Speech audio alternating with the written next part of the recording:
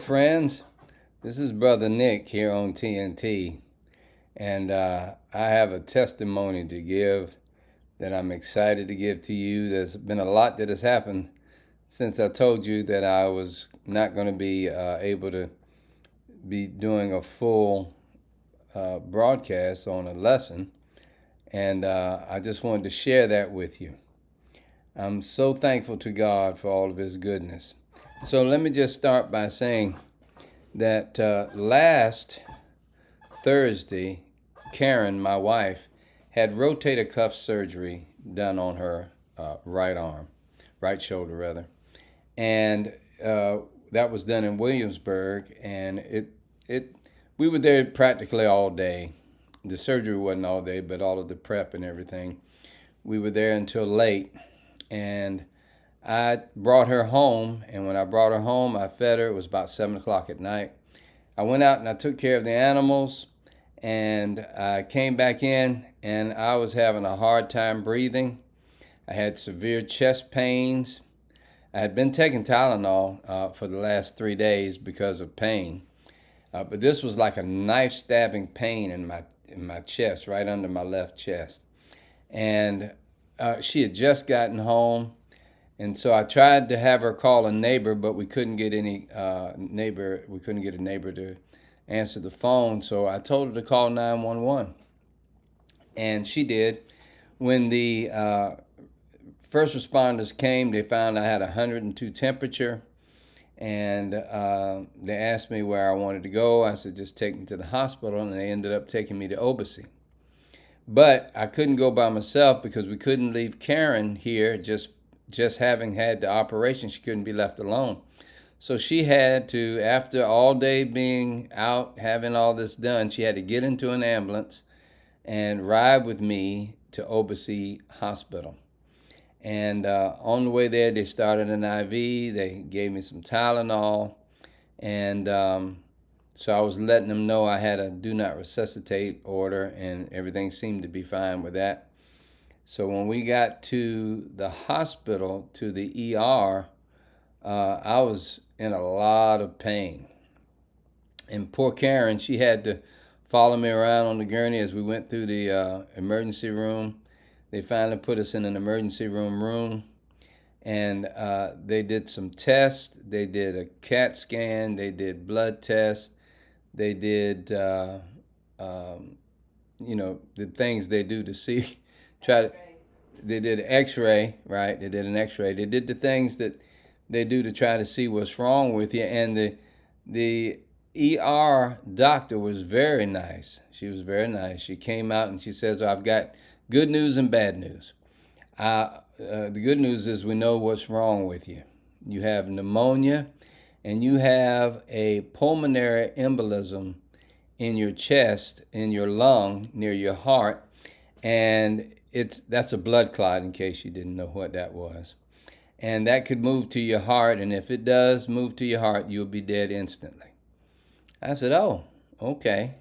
Then I told her about my do not resuscitate order, and she said, of course, which I didn't know, that they couldn't take my word for that would have to be in writing. So poor Karen would have to later go home to get that. And my pastors, who are the best pastors in the world, Pastor Gil and Pastor Debbie, came and got her and took her to the house. And that was such a blessing. Well, they gave me morphine for the pain, and they told me that I just need to be still, and that they were going to admit me, and it was going to take some more testing. So they gave me the morphine, and they admitted me. And about 7 o'clock a.m., we were taken to the floor and given a room. And up until this point, I was not bothered. Karen, poor thing, she was asking me not to leave her. And but I was not bothered at all. I had no doubt that I was going to make it, because the Lord had promised me I was going to see the rapture while I was alive. And unless the rapture was going to happen real quick, then I knew that I was going to be all right. And I was good with that, even though, they told me these different things, until laying in that bed, I coughed up blood. And when I coughed up the blood, then I got on the bandwagon with the doctor and everybody else that this is it. I'm going to see Jesus. And so at that point, I thought it was over. And, it's kind of embarrassing to say, but that's just the way it was. And so Karen had to go home and had to talk people through how to take care of the animals. And she had to come back later. And that was Friday morning. She had to come back later. In the meantime, the church family was just awesome. My church, Victory Life Church, is the greatest church in the world. We had all this food delivered. We had all of these people that were praying for us. Our pastors came out and prayed for us. And it was just a wonderful thing. But the doctors couldn't do anything for me. There was no help that they could give me. They were just hoping to keep me comfortable. And that, the best they could hope was that the clot did not move to the heart. Otherwise, I'd be dead instantly. So when I saw that blood, I did believe that I was going to die. And I was getting excited. But I'm going to leave that for the second part of my testimony, because I'm just going to give you the basics for this first half. So they did more tests, and they took lots of blood, and nothing had actually changed. I saw a doctor. The doctor told me the same thing. The hospital doctor told me the same thing that the emergency room doctor told me, and nothing they can do. And so I was good with that. And that whole Friday went by. The Saturday, they were going to release me because there was nothing they could do. And I was supposed to be leaving Saturday. They told me that in the morning. I'd already gotten someone to come and pick us up, pick Karen and I up. She stayed with me, bless her heart, even though she had just had the surgery. She spent the night with me in the hospital. And I had to call them and cancel because the doctor called and said that they weren't going to release me until they did an ultrasound of my heart. Well, I stayed in the hospital all Saturday waiting for this ultrasound of my heart that never took place. So Sunday morning came, and I was determined that if they didn't release me, I was just going to go out AMA, because this didn't make any sense. We stayed here all day yesterday and nothing happened. But early that morning, on Sunday morning, the technician with the ultrasound came and did the ultrasound of my heart. And after she did it, she said, "I'm just a technician. I can't give you the interpretation of this ultrasound, but she did say, I believe that you'll be going home today." And sure enough, a doctor came in, a different doctor came in and said they were going to release me and let me go home. And God had blessed us to survive this with a miracle. And so that is the down and dirty, the just basic testimony how God delivered me. It wasn't by my faith, because, of course, I thought I was going to die. And I'm just going to stop here so that you have heard the basic testimony. Now, I'm going to transition to give you some details about what personally took place with me. And I know, for some people this is controversial. I'm not concerned about that, because this is my personal testimony. And I'm going to tell you exactly what happened. Now, when they told me that there was nothing they could do and they were giving me morphine, I realized that this was serious. I never doubted for a minute that what they said was the truth. I was believing God because I had a word from the Lord that I would be alive when the rapture took place, and I can't die before that happens. But let me tell you what happened when I was laying in that bed and I coughed up the blood. What happened was, every movie that I had ever seen came up into my mind where somebody coughed up blood and then they died. I'll give you an example, like little Johnny gets trampled by a cattle stampede, and mama goes out and grabs him and says, "You gonna be all right, baby?" And he says, "Sure, I'm gonna be fine." And then he coughs up blood and then he dies. Or the war movies where people were shot, and people are comforting them and saying, "You're gonna be fine," and then all of a sudden they cough up blood and they die. And so that is what was in my mind. I feel like Peter. I felt like I was walking on water for a while with Jesus. And then I saw something that took my attention off of my promise, off the word of God for me, off the what I knew to be the will of God for me. And I looked at the wave and I began to sink.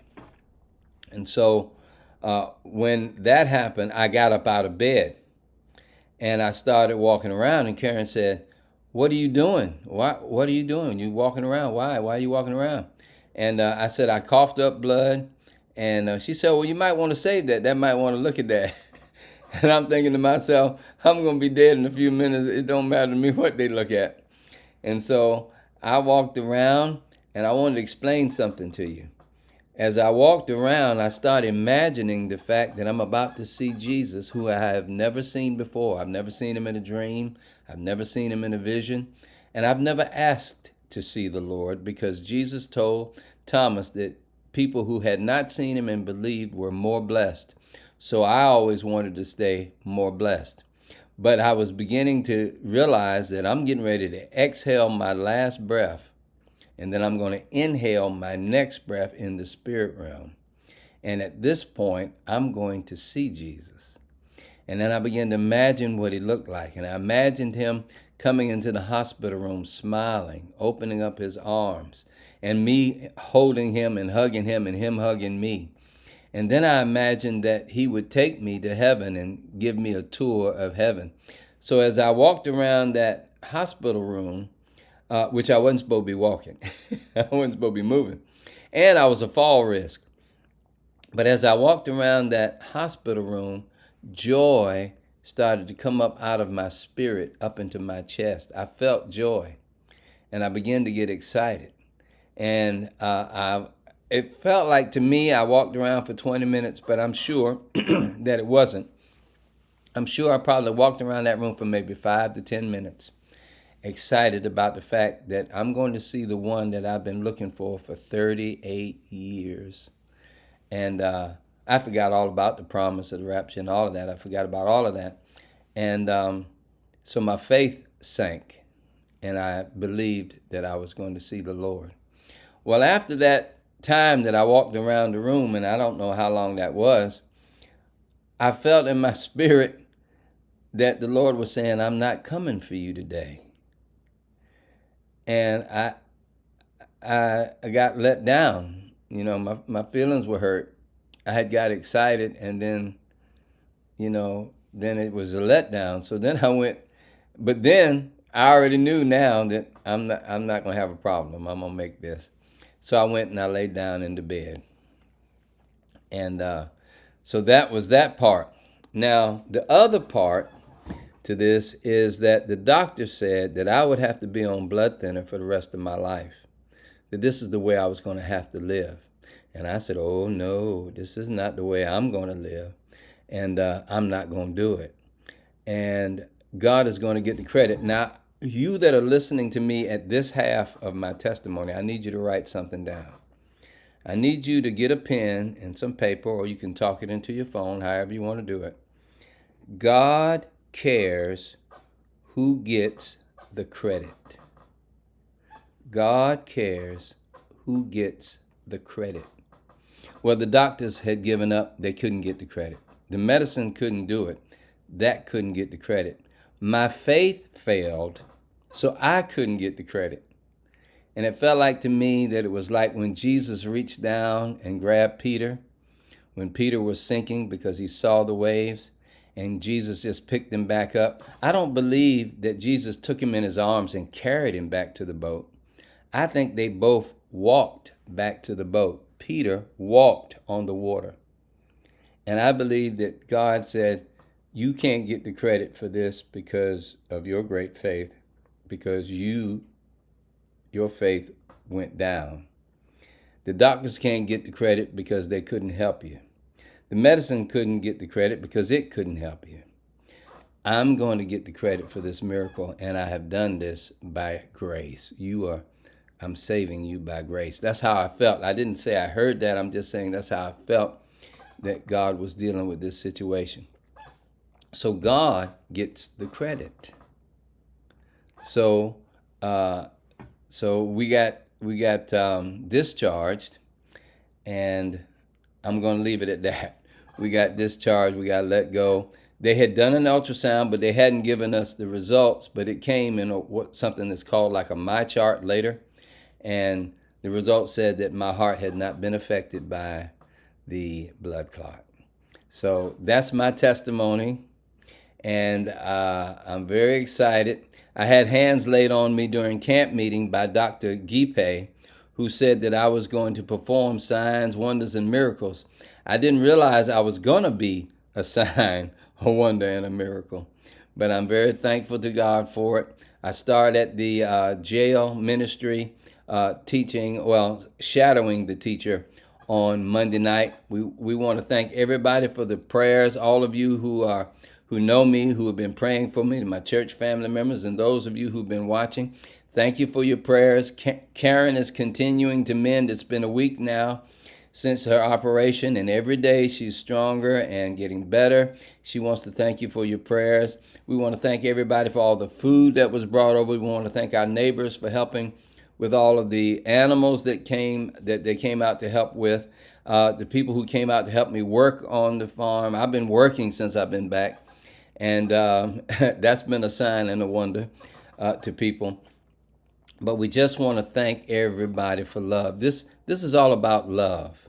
And I don't know how people make it without a church family or being committed to a church family. And I even want to thank my Mill Swamp church family and